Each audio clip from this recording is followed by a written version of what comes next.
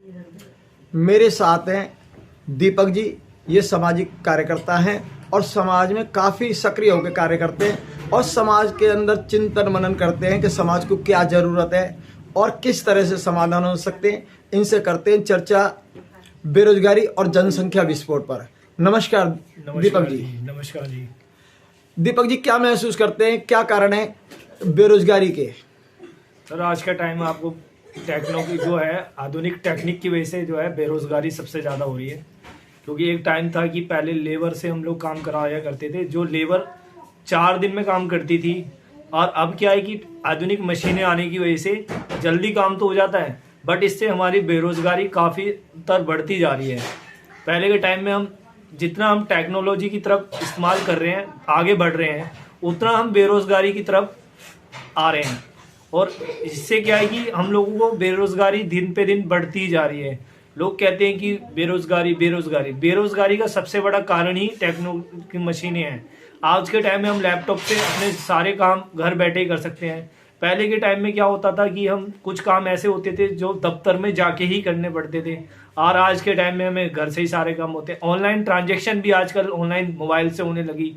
पहले क्या था, बैंकों में जाना होता था। तो क्या हो गया कि अब क्या है कि मशीनों के आने की वजह से हम लोगों का बेरोजगारी पर ज़्यादा फोकस होता जा रहा है। तो दीपक जी, आपको ये लगता है कि इंसान बेरोजगार और मशीन काम पर? जी, मेरा मानना तो यही है कि आज के टाइम में मशीन का महत्व ज़्यादा होता जा रहा है और इंसान का कम। क्या मतलब मशीन काम पर है, इंसान बेरोजगार है? जी, क्योंकि अगर मशीनें काम कम करे तो इंसान ज़्यादा काम करेगा। जैसे कि पहले लेबर क्लास होती थी, एक खड्डे को खोदने में हमें पहले के टाइम में 10 दिन लगते थे, आज एक खड्डे को खोदने में हमें 1 दिन लगता है। बट आपने एक चीज़ देखी होगी, जहाँ पर 10 लेबर काम करती थी और आज एक मशीन काम करती है, और 10 लोगों को बेरोजगार मिलता था, और आज के टाइम में 10 लोग बेरोजगार हो जाते हैं एक खड्डे को खोदने से। एक खड्डे को खोदने के लिए एक जेसीबी आती है, उसमें एक ड्राइवर होता है, बाकी सारा काम वो 50 फुट 100 फुट 1-2 घंटे में खोद खाद के पाइप डाल के चल देती है। जहां पर कि पहले गधे, जी, उनके साथ में लेबर नीचे खोदने वाला, गधे को चलाने वाला, इस तरीके से कुल मिला के फिर उनकी देखरेख करने वाले और उनका ठेकेदार, कुल मिला के कई सारे परिवार एक गड्ढा खोदने में ही 20 दिन का रोजगार पाते थे। वो काम आज के समय में 1 घंटे में एक आदमी करता है, जिसको कि 50 आदमी लगभग करते थे, और आज एक आदमी करता है। 50-49 बेरोजगार होते हैं, एक को रोजगार मिलता है। जी, अगर इस तरह से एवरेज निकाली जाए, लेबर क्लास खत्म हुई तो अफसर भी कम हुए। जब लेबर नहीं है तो उसमें अफसर भी नहीं है। अगर 10 आदमी होंगे, 10 आदमी पे तो एक ही अफसर आएगा ना, और 50 आदमी पे 10 अफसर आते। तो लेबर क्लास कम हुई तो अफसर क्लास भी कम हुई। इस तरीके से सब पे असर पड़ा लेबर क्लास कम होने से, कि अब आधुनिक मशीनें आती गई और बेरोजगारी बढ़ती गई, अफसर भी कम हुए, लेबर भी कम हुई। और इसके लिए आप मशीनों को थोड़ा सा जिम्मेवार आप देख भी सकते हैं आज के टाइम में क्या हुआ, ऑनलाइन सिस्टम आ चुका है। अब ऑनलाइन से क्या हो रहा है कि कुछ दुकानदार जो हैं, आप अपनी सेल नहीं कर पाते, क्योंकि अब ऑनलाइन सिस्टम ऐसा आ गया है जिससे कि घर बैठे आप हर आइटम मंगा सकते हैं। उसमें क्या है कि पहले क्या होता था कि एक दुकान में 4 लड़के काम किया करते थे, अब वहाँ भी रोजगार धीरे धीरे कम होता जा रहा है।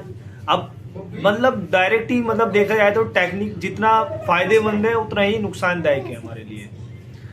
कहीं इसको जनसंख्या विस्फोट की जिम्मेवार होता है क्या? हाँ जी, जनसंख्या विस्फोटक इसमें सबसे बड़ा महत्व है जनसंख्या का है, और हमें जनसंख्या को कंट्रोल भी करना चाहिए, क्योंकि दिन पे दिन जनसंख्या बढ़ती जा रही है, और जितना ज़्यादा जनसंख्या बढ़ेगी हम लोगों को उतना ही नुकसान है। क्योंकि जनसंख्या के बढ़ने से हमें बहुत नुकसान है, इसलिए नुकसान है क्योंकि हमारे लिए रोजगार दिन पे दिन और ज़्यादा हो जाएंगे। पहले क्या होता था, एक 12th क्लास का बच्चा होता था तो वो 12th पास आउट करता था।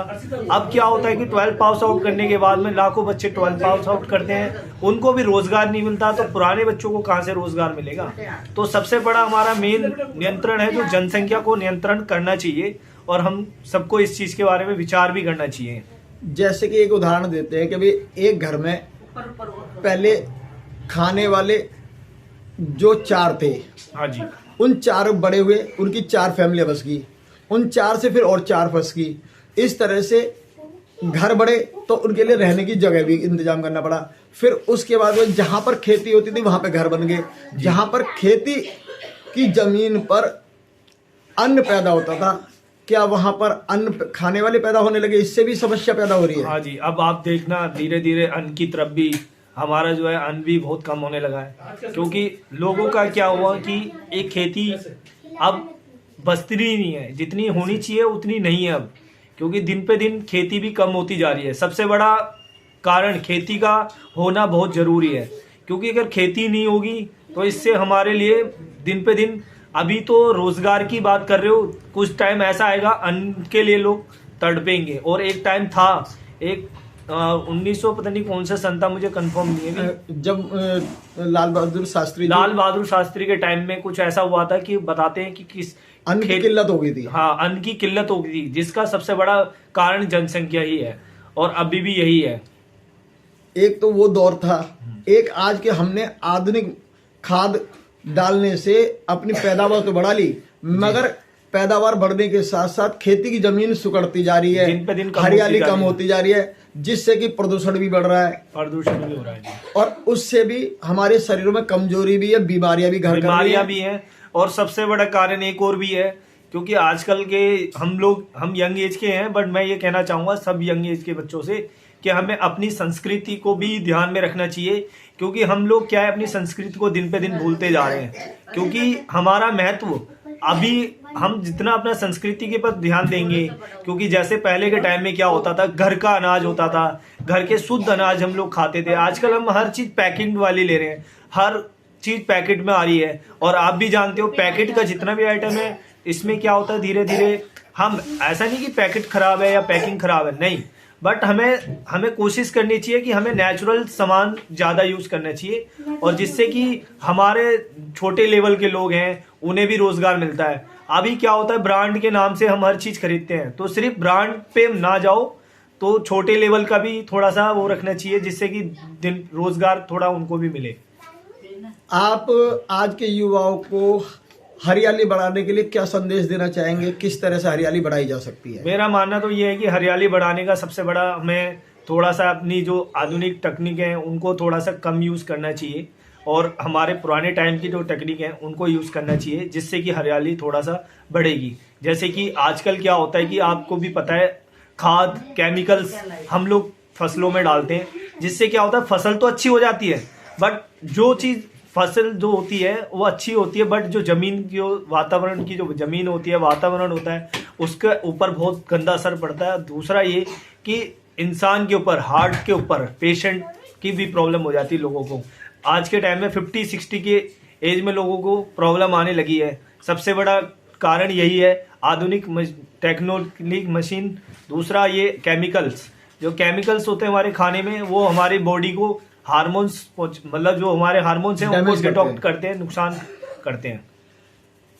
जो अपने पास में रोड होते हैं वहां पर कुछ पेड़ लगे होते हैं जी, उनके बचाव के लिए युवाओं को क्या संदेश देना चाहेंगे?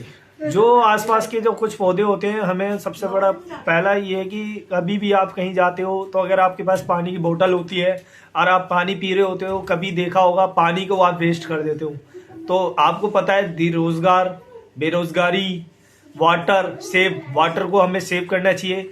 आप वाटर को अगर फेंक भी रहे हो तो किसी ऐसे पेड़ के नीचे डालो ताकि उसको, पेड़ को पानी मिले। दूसरा कि आपका जो पेड़ होगा वो हरियाली, पेड़ बढ़ेगा भी, लंबा भी होगा, उसको काफी फायदे हैं उसके। आपको हवा भी शुद्ध मिलेगी, वातावरण भी अच्छा हो जाएगा, और स्वास्थ्य के लिए भी और पर्यावरण के लिए भी अच्छा रहेगा। पेड़ों में जो भी अगर पानी का इस्तेमाल कर रहे हैं तो उसे पेड़ों में डालें। हाँ जी। और जहाँ जगह हो और पेड़ ना हो और लगता है कि यहाँ पे पेड़ लग सकते हैं, उन जगहों पर पेड़ लगाने चाहिए। तो दीपक जी, आपसे इतनी प्यारी प्यारी बातें हुई, इसके लिए आपका धन्यवाद। मैं Subhash, Delhi. Thank you sir.